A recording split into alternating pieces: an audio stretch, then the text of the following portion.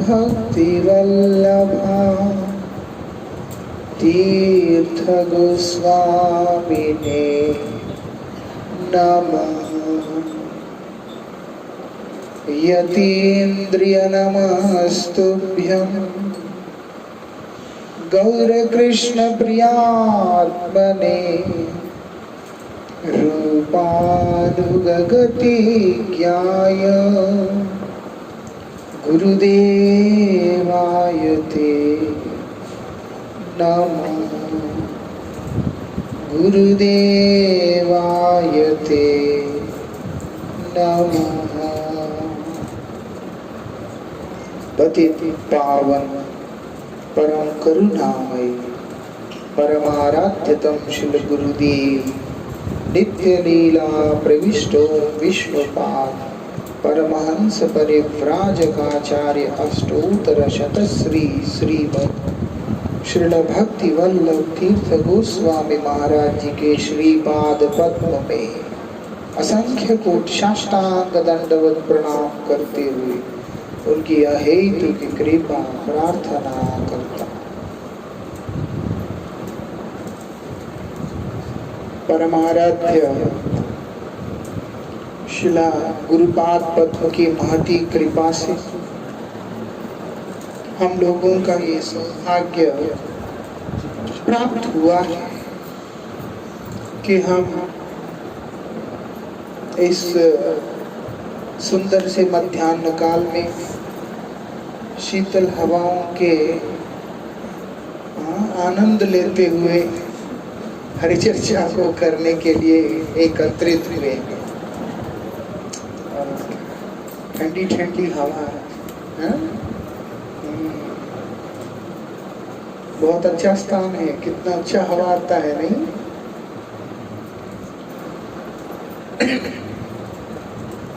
यहाँ पर हमारी नित्या माता जी के जो पुत्र हैं उनका विवाह जो कि 19 दिसंबर को हुआ है, 19 को हुआ ना। उसके लिए माता ने मुझे आमंत्रित किया था। शारीरिक रूप से तो विवाह में हम जा नहीं सकते। विवाह का बंधन में नहीं पड़ने के लिए तो यत्याश्रम लिया, नहीं सन्यास इसीलिए तो लिया। सन्यासी शादी में जाते नहीं है स्थूल रूप से।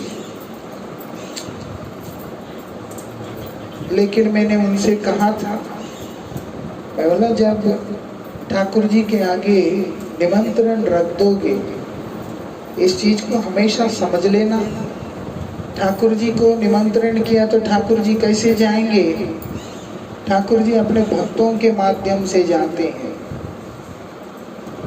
इसलिए जब ठाकुर जी जहाँ जाएंगे गुरु जी तो वहाँ जाएंगे ही जाएंगे। गुरु जी जहाँ जाएंगे उनके सेवक भी जाएंगे।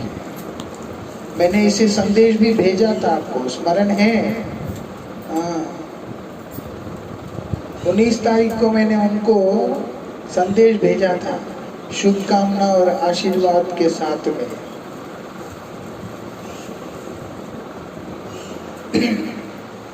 गृहस्थ आश्रम में प्रवेश करना वो आश्रम है, वो जैसे हमारा तुर्याश्रम संन्यास आश्रम है, ऐसे गृहस्थ भी एक आश्रम है।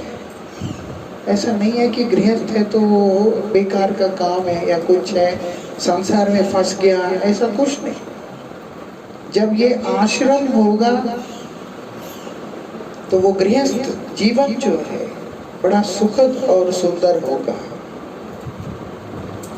गृहस्थ व्यक्ति ब्रह्मचारी, वानप्रस्थ और सन्यास तीनों का सेवा का दायित्व जो है उनके कंधे पे रहता है। जिस समाज के अंदर सन्यासी नहीं है, जिस समाज के अंदर ब्रह्मचारी नहीं है, जिस समाज के अंदर गृहस्थ वानप्रस्थ आश्रम की ओर अग्रसर नहीं होते, वो वास्तविकता में सबसे पतित समाज माना गया है।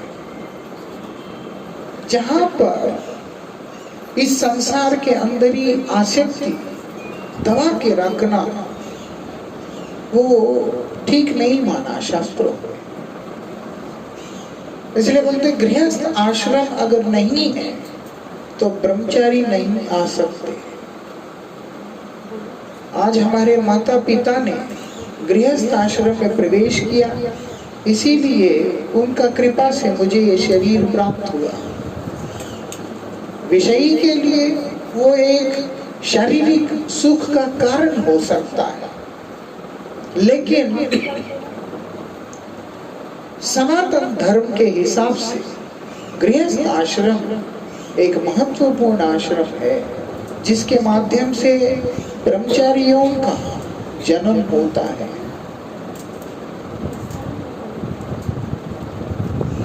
और उसके बाद उन्हीं में से, जैसे हम लोग ब्रह्मचर्य आश्रम से सीधा संन्यास स्वीकार किया है ना, हमारा तो गृहस्थ जीवन हुआ नहीं, हमारा तो ब्रह्मचारी से सीधा संन्यास जीवन है।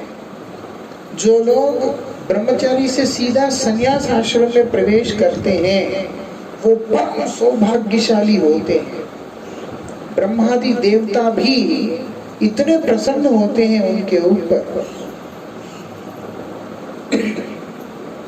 जो गृहस्थ फिर वानप्रस्थ संन्यास लेता है उनसे ज्यादा महत्व उनका होता है जो कि ब्रह्मचर्य आश्रम को ठीक से पालन करते हुए यत्याश्रम में प्रवेश करते हैं, संन्यास लेते हैं। वो समाज धन्य हो जाता है जहाँ पर ऐसे व्यक्तित्व आविर्भूत होते हैं। और उसका जो श्रेय किसको जाता है, वही गृहस्थ आश्रमी को ही जाता है, क्योंकि आसमान से तो कोई गिरता नहीं। ऐसा महान थे पितामह भीष्म, नाम किसका हुआ था? पितामह का तो हुआ ही हुआ, गंगा माता का और शांतनु महाराज का हुआ। पितामह भीष्म को जिस समय इस संसार में आविर्भूत होना था, आना था, उसके लिए उनके योग्य जो है कोई माता पिता थे नहीं। तो फिर ब्रह्मा की इच्छा से गंगा का शांतनु महाराज के प्रति आकर्षण हुआ। उत्तम व्यक्तित्व जो होते हैं उनको जन्म देने वाले भी साधारण व्यक्ति नहीं होते हैं, ऐसा। इसीलिए भगवान कपिल प्रकट हुए तो माता देवहूति और कर्दम ऋषि के माध्यम से हुए। ये विशेषता है। ये लोग जितने भी होते हैं स्वयं जितेंद्रिय होते हैं, साधारण नहीं होते। इसीलिए उसको आश्रम संबोधन किया, उनका इतनी महिमा दिया। जब माता देवहूति कर्दम ऋषि के साथ में विवाह होकर जब वो यहाँ आई थी कर्दम ऋषि के आश्रम में, बिल्कुल सुंदर सी कन्या ऋषि के साथ उनका विवाह हुआ। एकदम सुंदर सी थी, सोने जैसे उनके बाल थे, एकदम गौर वर्ण की थी, इतनी सुंदर कन्या थी। आने के बाद कर्दम ऋषि अपने आश्रम में अपने आसन पे बैठकर भगवान का ध्यान में चले जाते हैं। 1000 साल बीत जाता है,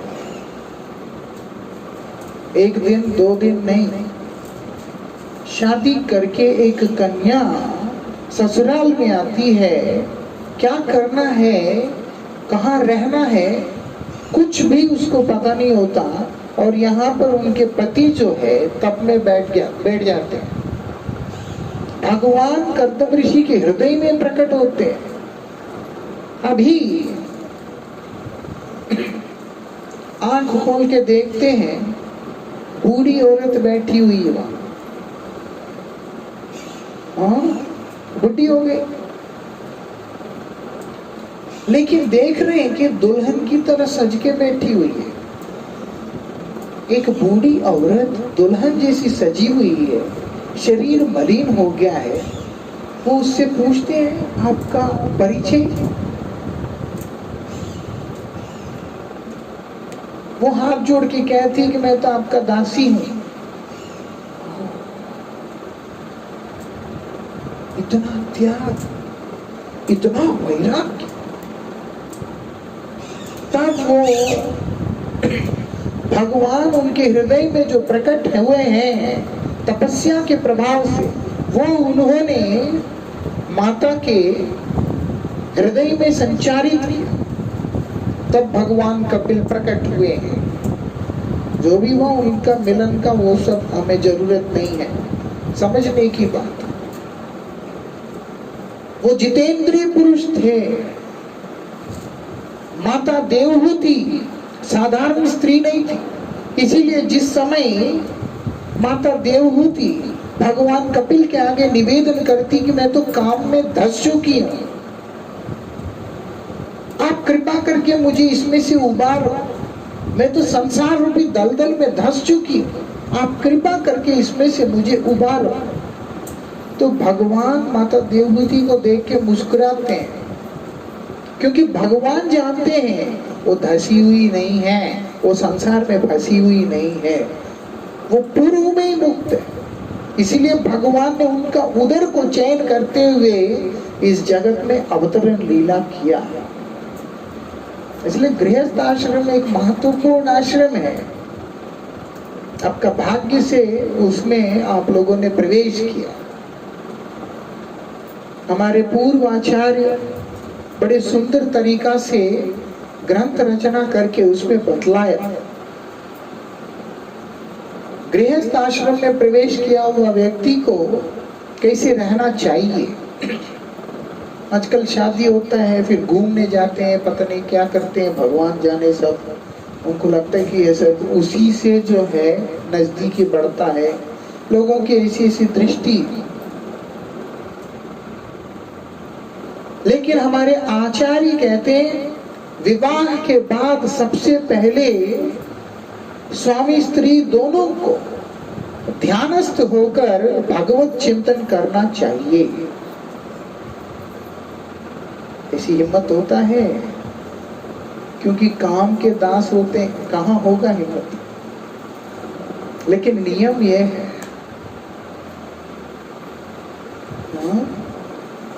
पहले ध्यान करना पड़ता है भगवान का, उनका नाम करना पड़ता है, उनका पूजा करना पड़ता है, उनका आराधना करना पड़ता है और प्रार्थना करना पड़ता है। क्या प्रार्थना करना पड़ता है? कि हम अकेले रहकर अपने जीवन का जो चरम प्रयोजन है भगवत प्रेम, उसको सिद्ध करने में, उसे प्राप्त करने में असमर्थ हैं। इस कारण से आप ही के दासी, आप ही के दास स्वरूप में जो जीव है उसको हमने वर्ण करके अपना जीवन संगी बनाया। अब आप कृपा करके हम लोगों का जीवन को सार्थक करने वाला शुद्ध वैष्णव को, शुद्ध भक्त को हमारा जीवन का हिस्सा बनाने का कृपा करें। तब वो आश्रम होता है, वहां फिर कोई सी भी प्रकार का दुख नहीं रहता। आश्रम मतलब वो स्थान है जहां पर किसी प्रकार का संघर्ष नहीं है, किसी भी प्रकार की वेदना नहीं है, किसी भी प्रकार का असुविधा नहीं है। सुगममय, सुंदर, सुशील जीवन का जो स्रोत जहां पर है वही आश्रम है। ऐसा इसीलिए बोला ये चार आश्रम जो कहा गया है, ऐसे जीवन व्यतीत करने वाला व्यक्ति जो कोई भी होगा उसका गृहस्थ आश्रम भी संन्यास आश्रम से कम नहीं माना गया है। ऐसा इस चीज को हम लोगों को समझना होगा। भगवान को पाने का एक माध्यम जो है वो ये आश्रम है। ब्रह्मचारी रहकर जहाँ मालूम पड़ता है ये जो जीवन है इस प्रकार से रहकर मैं अपना मंगल नहीं कर पाऊंगा, क्योंकि मेरे अंदर ये संसार के प्रति जो रुचि है वो मुझे शांति से आगे बढ़ने नहीं देता। इसलिए व्यक्ति गृहस्थ में प्रवेश करता है। इसलिए गृहस्थ उनके लिए है, विशेष करके आजकल लोग क्या करते हैं, जिसको शादी करने का इच्छा नहीं होता उसको भी जबरदस्ती, लोग क्या सोचेंगे, लोग क्या सोचेंगे। जैसे लोग खाना देता है खुद खाना पड़ता है, खुद मेहनत करना पड़ता है। शादी जिसको बहुत जरूरत है उसी को करना चाहिए। जो व्यक्ति ब्रह्मचारी रह सकता है बिना किसी परेशानी के, उन लोगों को ऐसी चीजों में प्रवेश नहीं करना चाहिए। लेकिन एक नियम बनाकर हर व्यक्ति को विवाह के बंधन में धकेल देना, उससे उसको अपना जीवन का प्रयोजन से वो च्युत हो जाएगा। मानव जीवन का प्रयोजन ब्रह्मचारी रहना नहीं है, मानव जीवन का प्रयोजन गृहस्थ बनना नहीं है, मानव जीवन का प्रयोजन वानप्रस्थ लेना नहीं है, मानव जीवन का प्रयोजन संन्यास लेना भी नहीं है। इसीलिए आदमी अगर ब्रह्मचारी नहीं बनता है, संन्यास नहीं लेता है, शादी नहीं करता है, वानप्रस्थ नहीं लेता, कोई फर्क नहीं पड़ता। ये चीज को हमें दिमाग में रख लेना चाहिए। इसीलिए हमारे आचार्यों ने बोला, ना हम विप्रो नाचा नरपतिर वैश्य शूद्रम ना हम वर्णी नाचा गृहपतिर्नो वनस्तो यतिर्वा। मैं ना ब्रह्मचारी हूँ, न गृहस्थ, न वानप्रस्थ, न संन्यास। ये इन चीजों का परमार्थ में कोई मूल्य नहीं है, लेकिन इनका कोई वहां पर जरूरत नहीं। लेकिन ये रहेगा, जीवन अनुशासन में रहेगा, वैराग्यमयी रहेगा, साधन के लिए अनुकूल रहेगा। जिसको ब्रह्मचर्य रह के भगवत आराधना करने में सुगमता है उसके लिए बोला वही मार्ग को तुम चयन करो, वही ब्रह्मचर्य आश्रम है।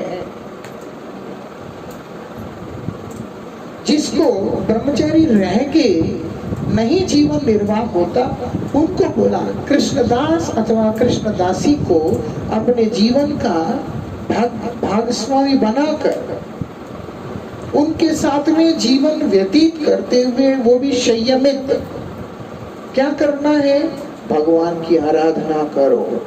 एक समय आने के बाद इस संसार के बंधन में दब करके रहना वो ठीक नहीं होगा।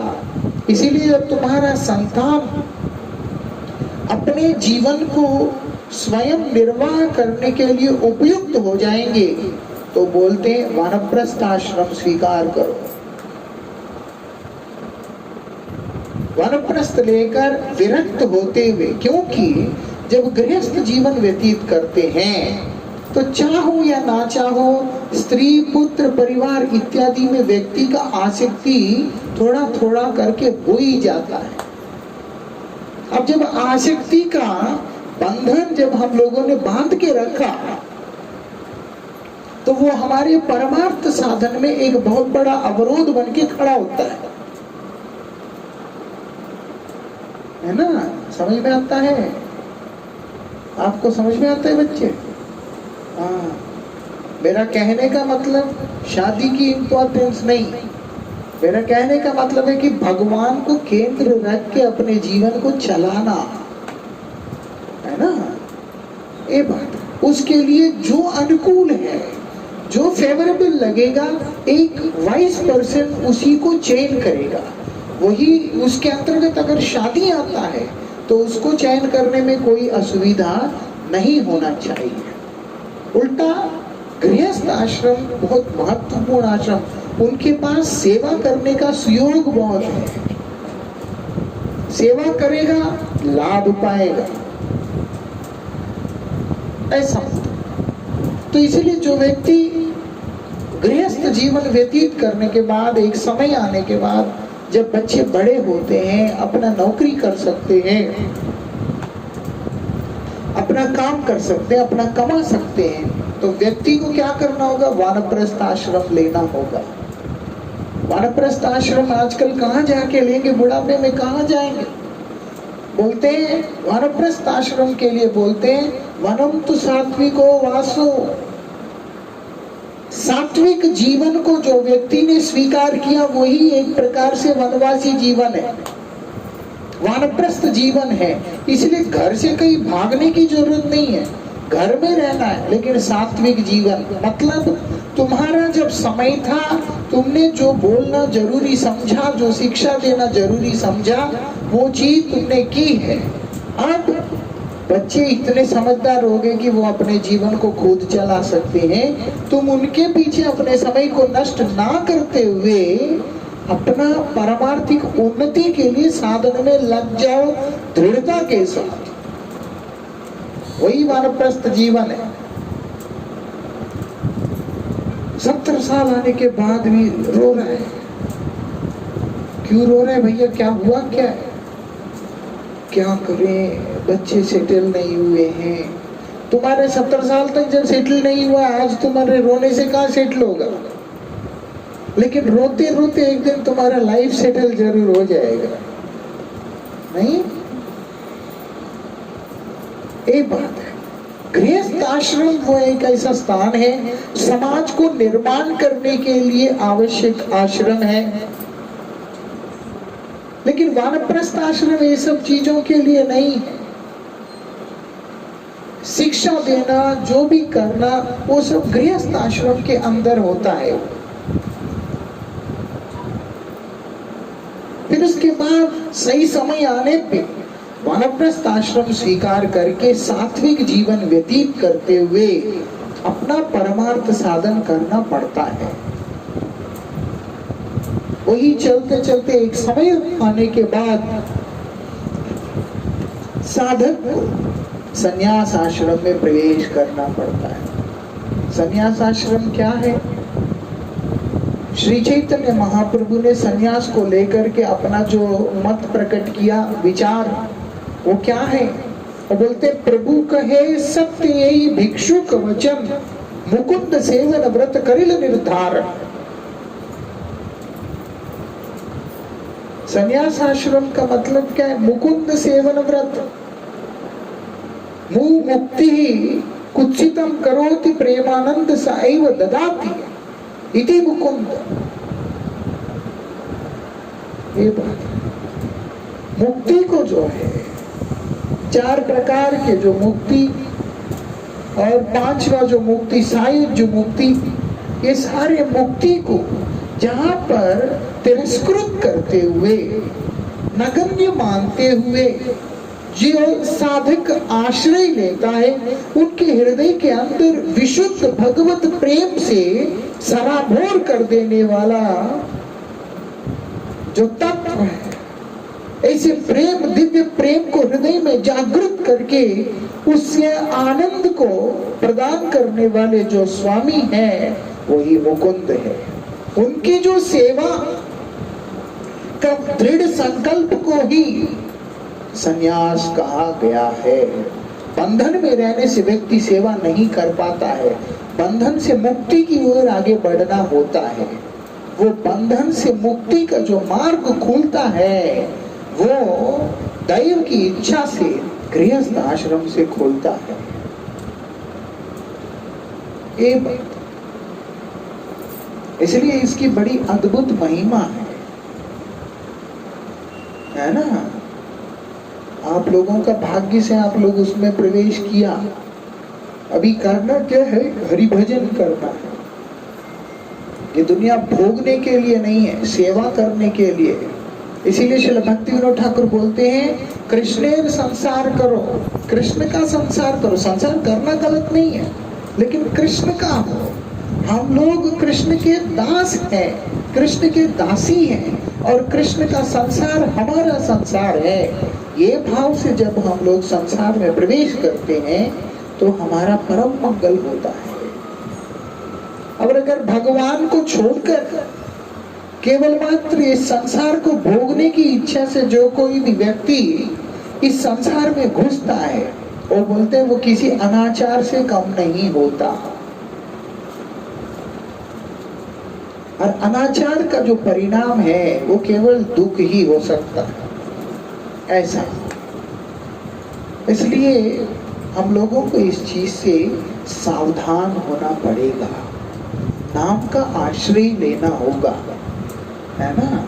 जीवन का कुछ ठीक होता नहीं, जीवन का कुछ ठीक है। अभी 7-8 दिन पहले शादी हुआ और कल परसों जो है इनकी दादी पूरी हो गई। दादी है, नानी है।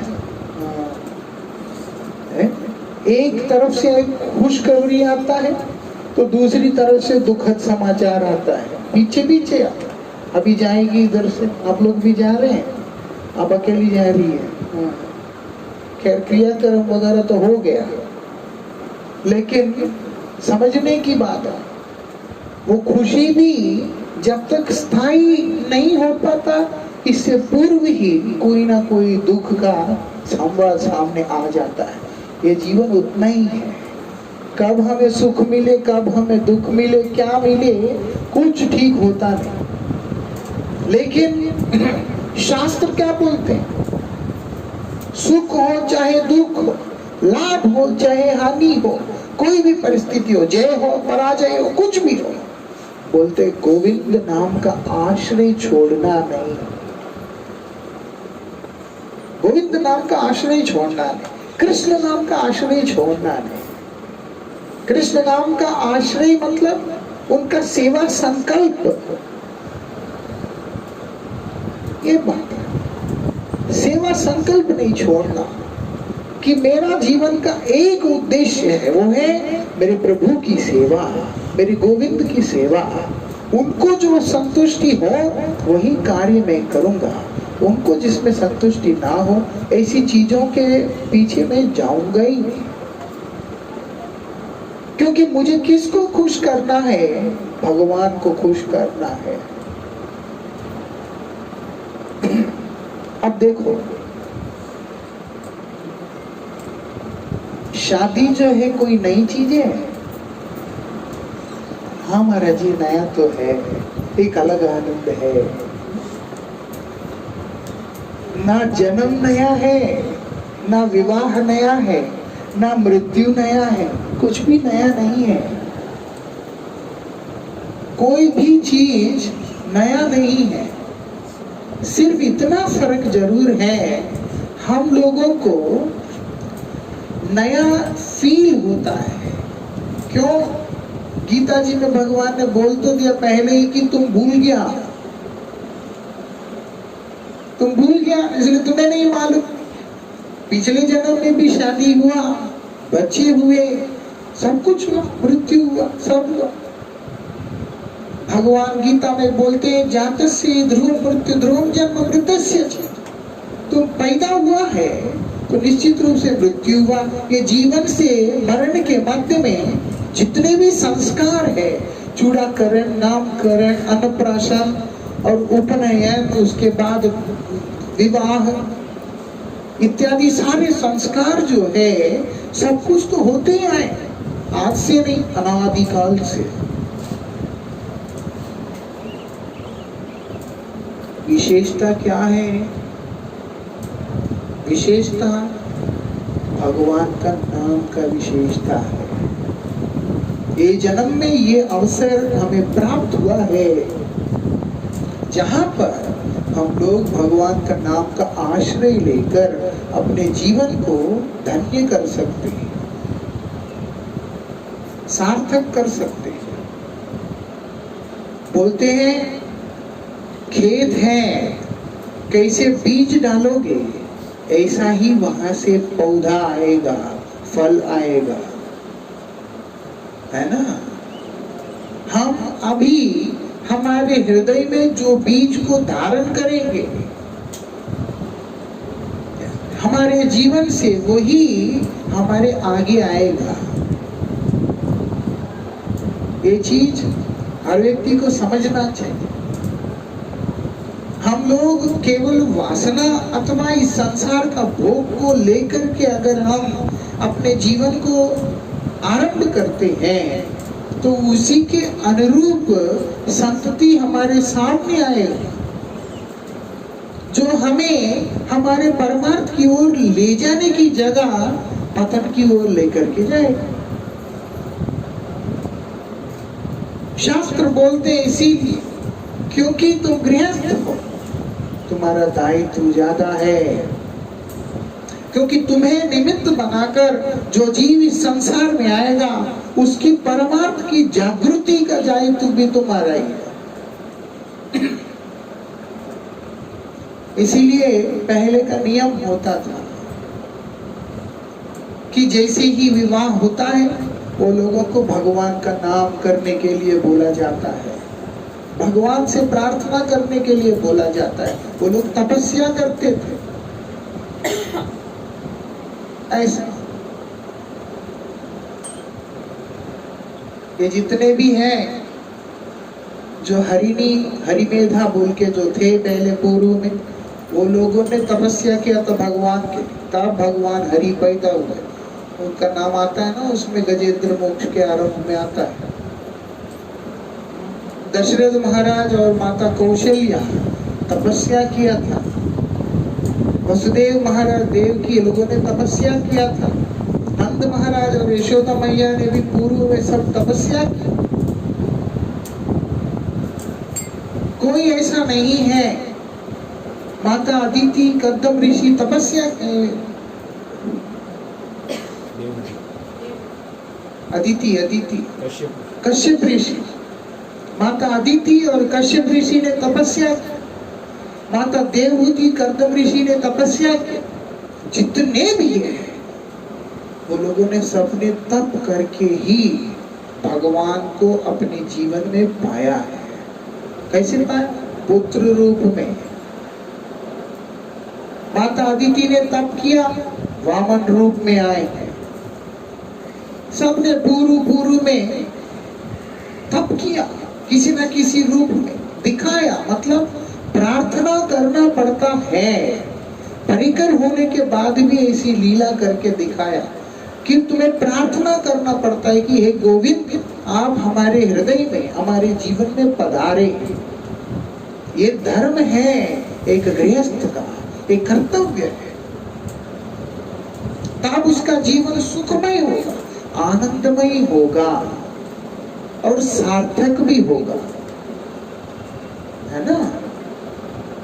इसलिए आप लोग हरिनाम करना, मम्मा करती है, आप लोग करना हरिनाम, माला करना, काउंटर लेके करना, जैसे भी करना है। और सात्विक जीवन व्यतीत करना है। प्याज खाती है ना? खाती है पहले, अब नहीं खाती, ठीक है, मत खाना, ठीक है।